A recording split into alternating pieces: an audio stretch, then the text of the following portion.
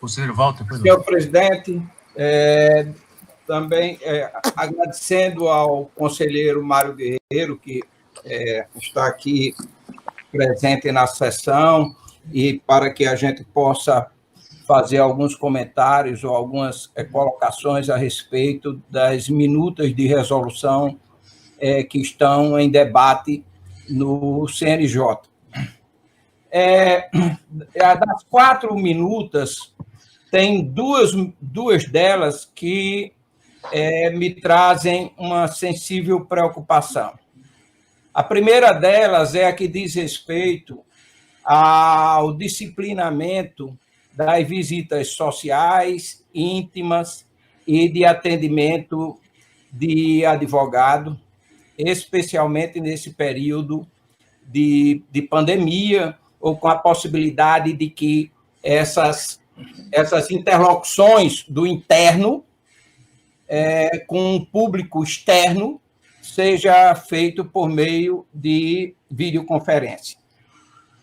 A primeira questão que me preocupa é porque a resolução do CNJ está disciplinando questão afeta ao direito penitenciário, cuja competência para editar atos dessa natureza não estariam na alçada do CNJ, mas sim dos órgãos de administração penitenciária, o DEPEN, por excelência, por ser o órgão maior e a quem cabe estabelecer as diretrizes gerais do sistema penitenciário, e os respectivos estados, também no sistema penitenciário estadual, e o diretor do sistema penitenciário federal no ambiente da Justiça Federal. Então, a gente tem essa posição do DEPEN como um órgão nacional, o órgão maior. Temos os microsistemas, que são o estadual e o federal, cada um com competência para a edição desses atos.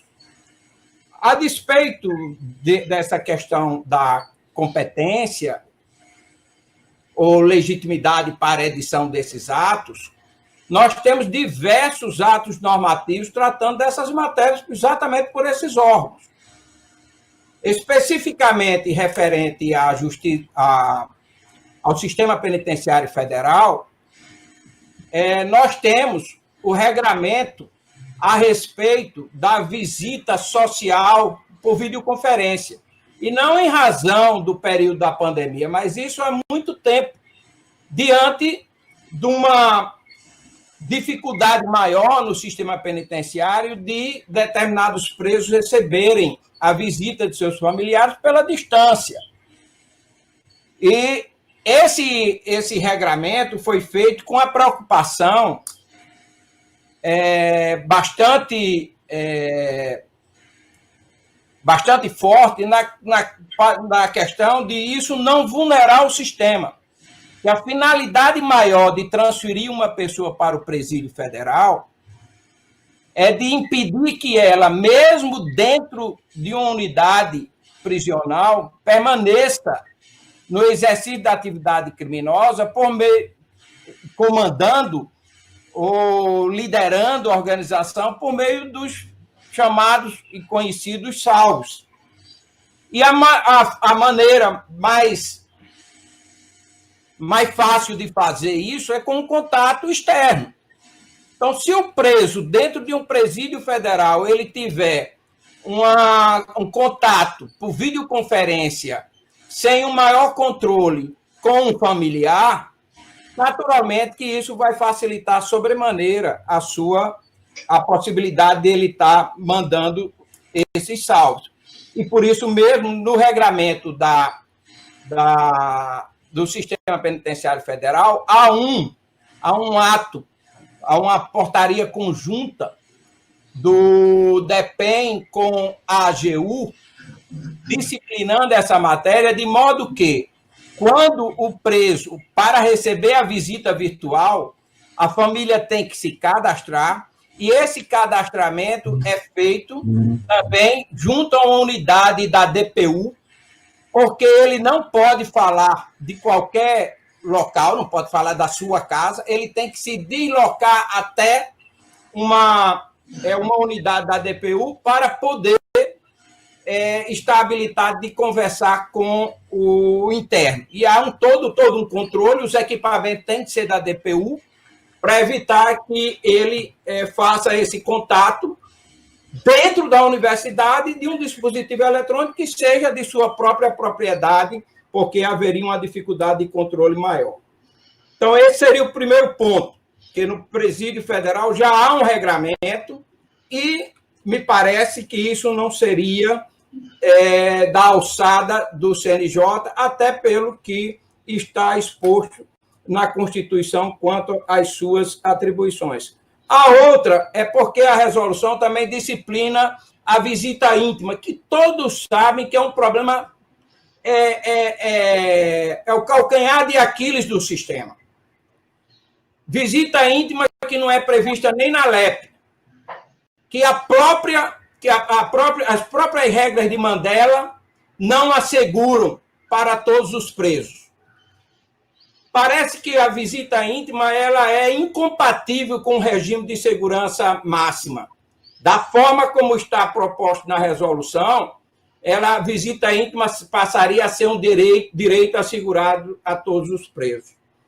No sistema penitenciário federal, mais ainda, todos que acompanham o sistema penitenciário federal sabem muito bem disso, nós temos uma portaria do ministro da Justiça que, desde o início do sistema, dava esse direito aos presos. Depois de N episódios vivenciados de emissão de salves de dentro de presídios federais, finalmente, em 2017, conseguiu-se reverter essa portaria, proibindo visita íntima em presídio federal. E agora, essa matéria é regulada na lei, veio com o chamado pacote anticrime, expressamente no parágrafo, no inciso 2º do parágrafo 1º do artigo 3º da lei 11.671, é vedada a visita íntima. Aliás, é vedado qualquer contato físico de preso com quem quer que seja, até com o advogado. Então, em relação ao presídio federal, também a preocupação com essa proposta diminuta, a visita íntima, ainda que se discuta essa questão, fatalmente esse assunto vai ser debatido perante o Supremo, embora haja uma sinalização do Supremo quanto à constitucionalidade da vedação, mas ela está prevista em lei, já proibindo no ambiente de presídio federal. E a terceira, ainda a esse respeito, é a questão do regramento que está se propondo a respeito de atendimento eletrônico do advogado ao interno. Isso dentro do presídio federal. Pode-se até pensar que é um contrassenso, mas no presídio federal conseguiu-se disciplinar a visita social por videoconferência, mas até hoje não encontramos uma fórmula adequada com os protocolos de segurança inerentes a um sistema penitenciário federal para dispor sobre como seria esse atendimento do advogado. Sabe-se que no Rio Grande do Sul há uma resolução ou portaria do Ministério da Secretaria de Segurança Pública disciplinando o chamado parlatório virtual, dispondo da possibilidade de o advogado manter contato a esse atendimento por videoconferência, desde que seja de um estabelecimento da OAB. Diego estava na última reunião nossa do Fórum Permanente, que eu coloquei esse assunto na pauta para debater, e nós ali, Stona fez uma sugestão que eu acho que é a melhor, nós chegamos a uma conclusão de que essa questão da visita ou do atendimento jurídico do advogado por videoconferência, o melhor seria de nós termos um convênio com todas as secretarias de segurança ou o órgão de administração estadual das penitenciárias, permitindo, com a capilaridade que ela possui, permitindo de que o advogado desses estabelecimentos ele possa agendar e fazer o atendimento jurídico ao interno. Diego sabe que, inclusive, a gente cobrou isso do Sistema Penitenciário Federal, passou da hora de disciplinar, os advogados realmente têm tido dificuldade de atender os clientes. Lá a gente faz uma espécie de semipresencial, Josemara deve saber mais do que eu e Diego também, os agentes penitenciários federais todos.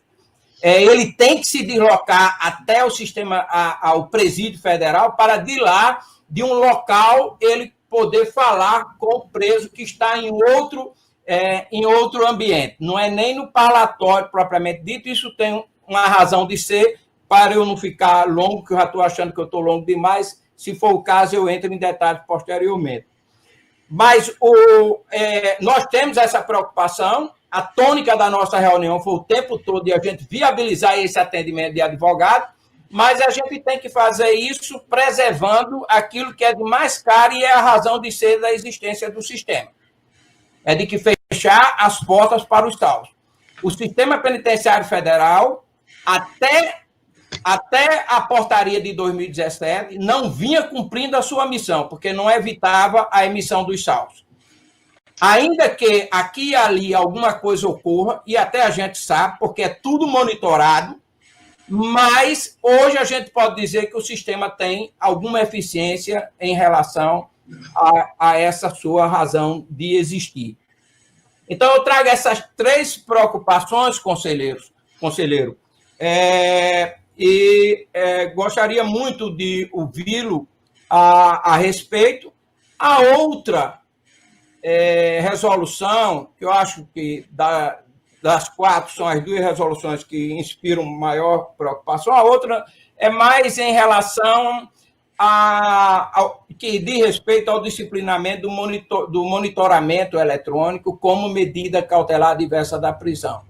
Eu acho que ali está entrando na seara de reserva de lei em sentido formal e material, e também na autonomia decisória do juiz, na independência judicial, que essa é a grande razão de ser da existência do CNJ. O CNJ foi um órgão de uma expectativa muito grande por todos nós juízes, exatamente para preservar a autonomia da magistratura.